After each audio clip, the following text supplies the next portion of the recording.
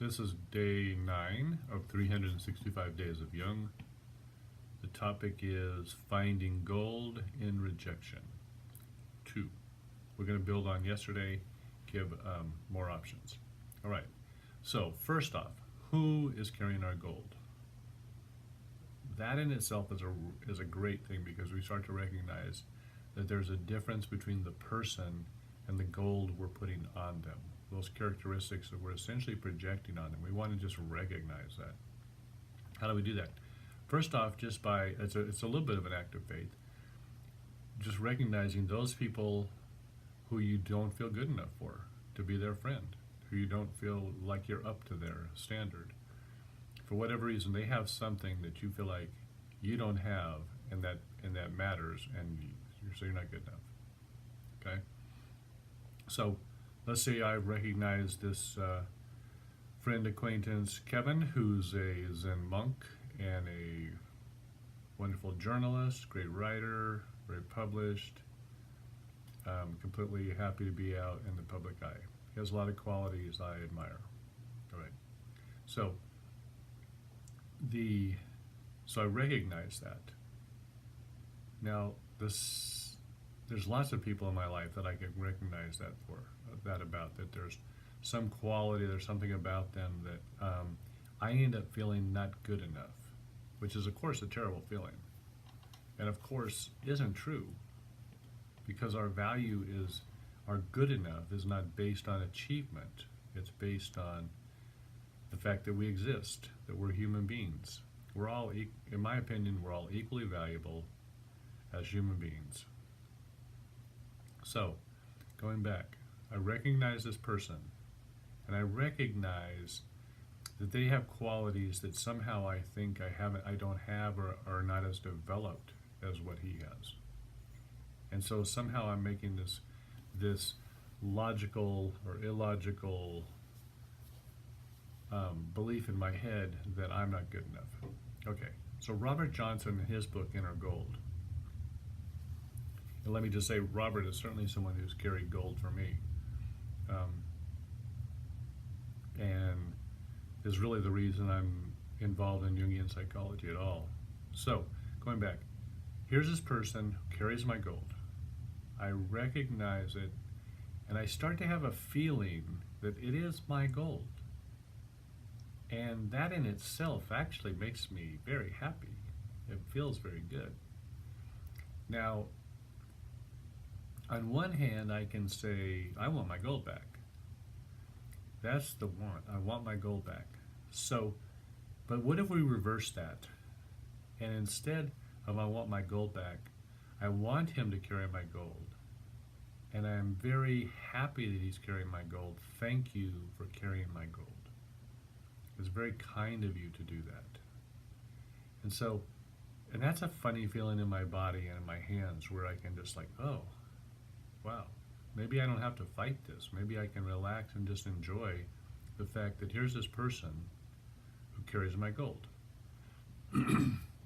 Now, eventually, of course, I want to take that gold back. But for now, I can go, thank you. Wow, for carrying my gold. Probably it's really crucial, one, that I recognize it's my gold. 2, that I'm just going to be thankful that he's carrying it. It's a great thing. I have almost no contact with him. But honestly, it makes me feel like I want to have more contact with him, because now I start to recognize, oh, this is not about me not being good enough. This is about another dynamic, which is, here's this person carrying my gold. How wonderful. Okay? Now,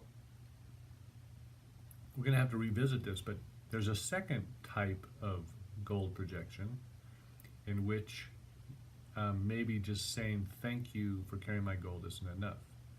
And that's, Robert again talks about that in his book, Inner Gold. Excuse me. And that is, the person is kind of emboldened because they're feeling your gold, they're carrying your gold, and they start to lord it over you. They start to be manipulative and controlling.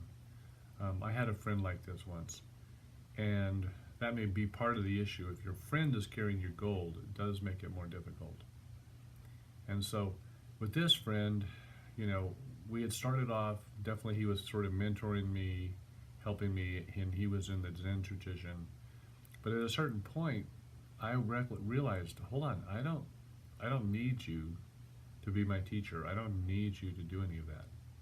And I asked him to stop treating me like somehow I was less than him, like somehow he was the one who had it all to give. And he wouldn't do it. And this went on for months, where every once in a while I would say, you're doing it again. You're treating me as if I am your student, as if I am your second class student person, as if you know it all and I don't know anything. Or it's very much on the feeling level. Okay.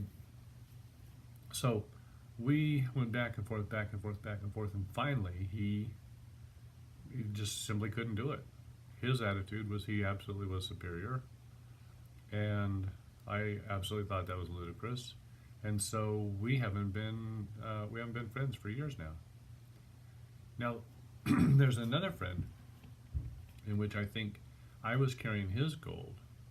I think this is the way to do it, which is I was carrying his gold, and I definitely felt that, and I liked that, and I even had a certain kind of, I felt more, I felt very empowered by being around this person. I probably was, because I was actually having some of his power. But over the years, he's just taken it back and taken it back and taken it back. Now, how's he taking it back? One, he disagrees with me. He says, no, I don't think that's right. I don't agree with that. And I am like, good for you. I don't need you to agree with me. Good for you. I'm very happy. You're really coming into your own, and good. So yes, I'm less on a pedestal. I didn't feel disempowered, but it's that certainly on that excuse me, that kind of inflated power, was leaving, was seeping out.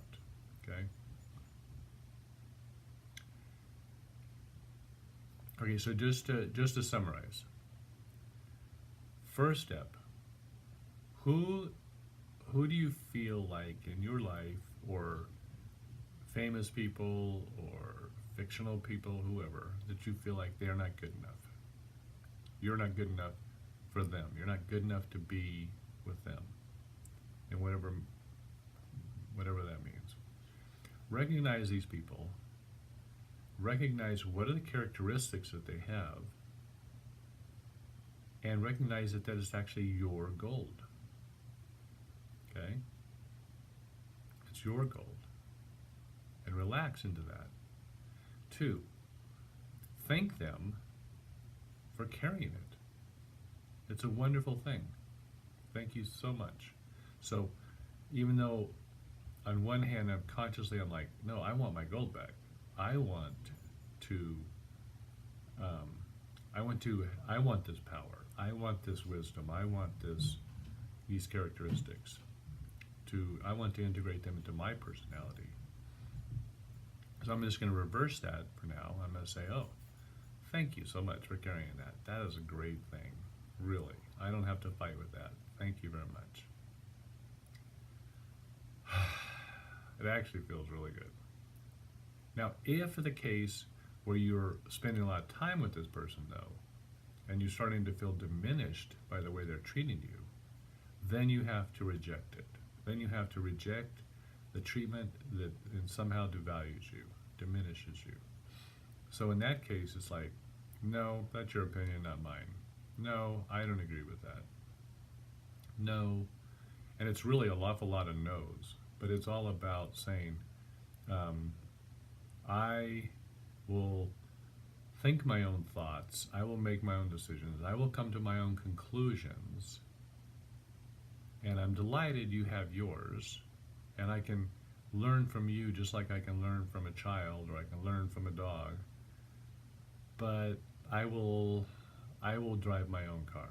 I am my own person. And if they won't let you, then you have to up it and literally be sane. No, I don't agree with what you're saying. I reject what you're saying. And no one gets to tell me what to do or think or how to be. So there's that. Okay, so that's long enough for today. I think we will revisit this probably tomorrow. So this is day 9 of 365 Days of Jung. This is Finding Your Gold in Rejection 2. Signing off.